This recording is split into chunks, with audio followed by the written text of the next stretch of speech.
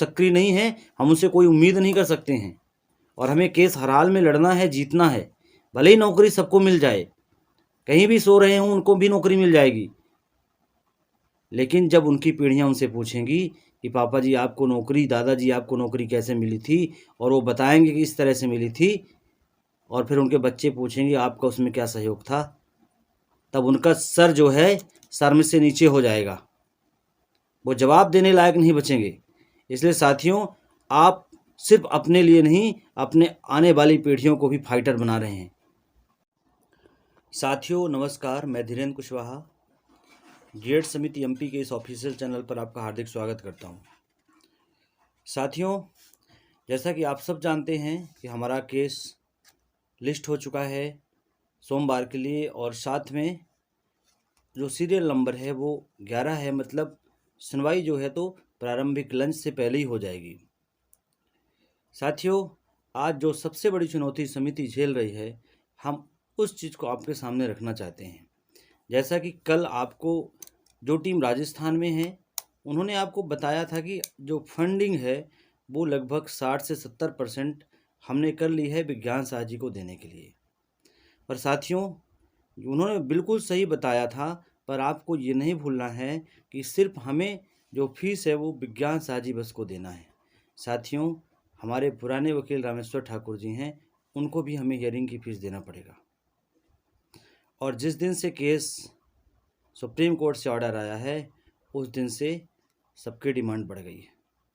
देखिए, कोई भी लॉयर हैं, उनका पैसा होता है, उनको इस चीज़ से कोई मतलब नहीं होता है कि कौन हारेगा, कौन जीतेगा, कौन क्या होगा।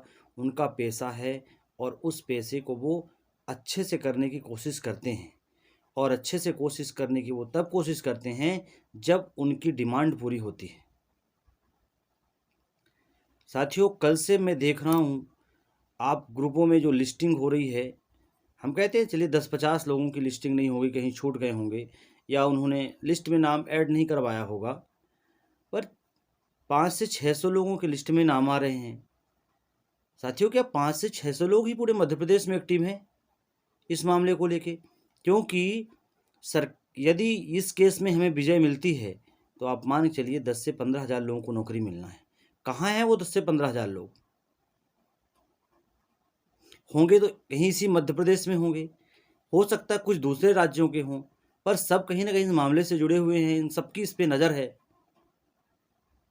पर साथियों, बात कुछ ऐसी है कि 10 से 15 हज़ार लोग सक्रिय नहीं हैं, सक्रिय कुछ चुनिंदा लोग ही होते हैं। अब भारत देश, हमारा देश गुलाम था अंग्रेज़ों का, और उस आज़ादी में देश के समस्त लोगों ने उस समय हिस्सा नहीं लिया था लड़ाई में। कुछ चुनिंदा ही लोगों ने देश की आज़ादी की लड़ाई में हिस्सा लिया था। इसलिए साथियों, आप ये मानिए कि जितने लोग एक्टिव हैं उन्हीं की जिम्मेदारी है इस केस को आगे ले जाने की, अन्यथा हम केस हार जाएंगे। इसके अलावा भी बहुत सारे खर्चे हैं, वकील साहब को फीस देने के अलावा बहुत सारे खर्चे हैं जिन्हें समिति भी किसी तरह से हैंडल कर रही है, पर समिति आपके भरोसे ही हैंडल कर रही है। यदि आपने सहयोग नहीं किया, सहयोग नहीं करवाया, तो हमें पीछे हटना पड़ेगा, क्योंकि लड़ाई किसी एक व्यक्ति, दो व्यक्ति की नहीं है, यहाँ पूरे मध्य प्रदेश की लड़ाई है, तो सबको मिल के लड़ना पड़ेगा। तो साथियों, हमारे कोई भी लॉयर होंगे वो हमारे काम में तभी आएंगे जब हम उन्हें पूरा चार्ज देंगे। आप सोचिए, वो पढ़े लिखे लॉयर हैं, एक छोटा सा जो श्रमिक होता है, जो डेली वेज पे काम करता है, शाम को मजदूरी लेना होता है, वो भी बात करके जाता है, और बात करने के बाद ही वो हमारे काम पे जाता है। यदि उसको हमने कम दिया उसके अनुरूप, तो फिर हमारे काम में नहीं जाएगा। तो भला वो तो लॉयर का पैसा है, उसे और कोई कर भी नहीं सकता है। इसलिए साथियों, जो भी लोग हैं, जितने लोग एक्टिव हैं, वो ज़्यादा से ज़्यादा सहयोग करें। समिति ने सबसे पहले 2000 रुपये स्टार्टिंग में क्यों रखा था? क्योंकि मुझे अंदाज़ा था इस बात का कि बहुत सारे लोग सक्रिय नहीं हैं, और जो लोग सक्रिय नहीं हैं हम उनसे कोई उम्मीद नहीं कर सकते हैं, और हमें केस हर हाल में लड़ना है, जीतना है। भले ही नौकरी सबको मिल जाए, कहीं भी सो रहे हों उनको भी नौकरी मिल जाएगी, लेकिन जब उनकी पीढ़ियां उनसे पूछेंगी कि पापा जी आपको नौकरी, दादाजी आपको नौकरी कैसे मिली थी, और वो बताएंगे कि इस तरह से मिली थी, और फिर उनके बच्चे पूछेंगे आपका उसमें क्या सहयोग था, तब उनका सर जो है सर में से नीचे हो जाएगा, वो जवाब देने लायक नहीं बचेंगे। इसलिए साथियों, आप सिर्फ अपने लिए नहीं, अपने आने वाली पीढ़ियों को भी फाइटर बना रहे हैं, क्योंकि ये एक जो है तो गाथा लिखी जाएगी, एक इतिहास होगा आपके पास।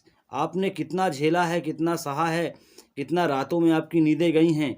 आपका जब हक मारा गया है तो आपने उसको झेला है, वो आपके दिमाग में हमेशा रहेगा और आप उसको बहुत गर्व के साथ अपनी अगली पीढ़ियों के साथ शेयर करेंगे।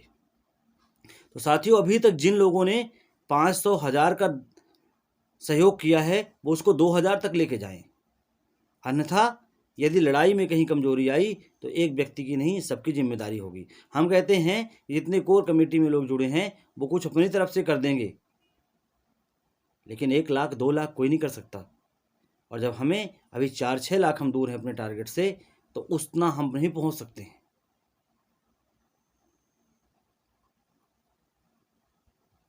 तो साथियों, समस्त डीएडधारियों से मेरी अपील है कि इस वीडियो को हर उस व्यक्ति तक पहुंचाएं जो व्यक्ति भी आपको लगता है सक्रिय नहीं है। साथ में हमारी उन साथियों से जो ओबीसी में होल्ड हो गए हैं, उनसे अपील है। हमको पता है बहुत सारे साथी इस चीज़ से उम्मीद लगा के बैठे हैं, जो डीएडधारी, हम कहते हैं 882 लोग होल्ड हैं, तो उनमें से कम 250 से 300-400 लोग हो सकते हैं डीएडधारी। वो सब इससे उम्मीद लगा के बैठे हैं, पर चुपचाप बैठे हैं। ना कहीं उनमें से कुछ साथी सहयोग कर रहे हों, तो उन सभी साथियों तक इस वीडियो को पहुंचाइए, वो सहयोग करें। वो इस ताक में ना बैठे रहें कि दूसरे सहयोग कर रहे हैं और हम जीत जाएंगे। इसी आपकी सोच के कारण, वहम के कारण हम केस हार जाएंगे, और जैसे ही केस हारेंगे तो सब कुछ नष्ट हो जाएगा, फिर कुछ मिलने नहीं वाला है, फिर दूसरों को मिलेगा मौका। साथियों, हमारा उद्देश्य किसी को नौकरी से बाहर करना नहीं है। एनसीटी की गलती है, सरकार की गलती है, विभाग की गलती है। जब 25/11/2021 को गजट रद्द हो गया था तो उस टाइम से एनसीटी ने क्यों नहीं इस चीज़ को अप्लाई किया, इस चीज़ को अच्छे से विभाग ने क्यों नहीं स्पष्ट किया। हालांकि विभाग ने लिखा है, लेकिन हमारा उद्देश्य है कि हमारे जो डीएडधारी हैं उनको पूरा अवसर मिले, जैसा कि सुप्रीम कोर्ट का कहना है कि डीएड वालों का, डिप्लोमा धारियों के जो अवसर हैं उनको जो है तो कम किया जा रहा है, तो उन्हें मिलना चाहिए। हम नहीं चाहते किसी की नौकरी जाए, विभाग इस पर अपना रुख स्पष्ट करे, क्योंकि हमारी लड़ाई जो है तो अदालतों से शुरू हुई है और अदालतों तक जाएगी और अदालत में ही समाप्त होगी। हमें जो है तो किसी से झगड़ा नहीं करना, किसी से बहस नहीं करना है। तो साथियों, आप सब, चाहे होल्ड वाले हों, चाहे कोई भी हों, चाहे कम मार्क्स हों, चाहे कुछ भी हों, आप अपनी अस्तित्व की लड़ाई को लड़िए। बाकी तो बीएड का सफाया हो गया है, अब इतना जल्दी में वापस नहीं आना है, कितना भी कोई सर पटक ले। लेकिन अभी जो वर्तमान की लड़ाई है, जो 12 वर्षों बाद भर्ती आई है, इसकी जो लड़ाई है इसको भी लड़ना पड़ेगा, नहीं तो पता नहीं कब भर्ती आएगी, और आएगी तो कैसी आएगी। आप देख रहे हैं किस तरह से पोस्ट आती है। तो साथियों, सभी लोग इस लिमिट को 2000 तक पहुंचाइए, अन्यथा हम यदि हार जाएंगे तो इसके जिम्मेदार सभी लोग। बहुत बहुत धन्यवाद साथियों। आप इस वीडियो को शेयर करिए, चैनल को सब्सक्राइब करिए और इस मैसेज को हर व्यक्ति तक पहुंचाइए।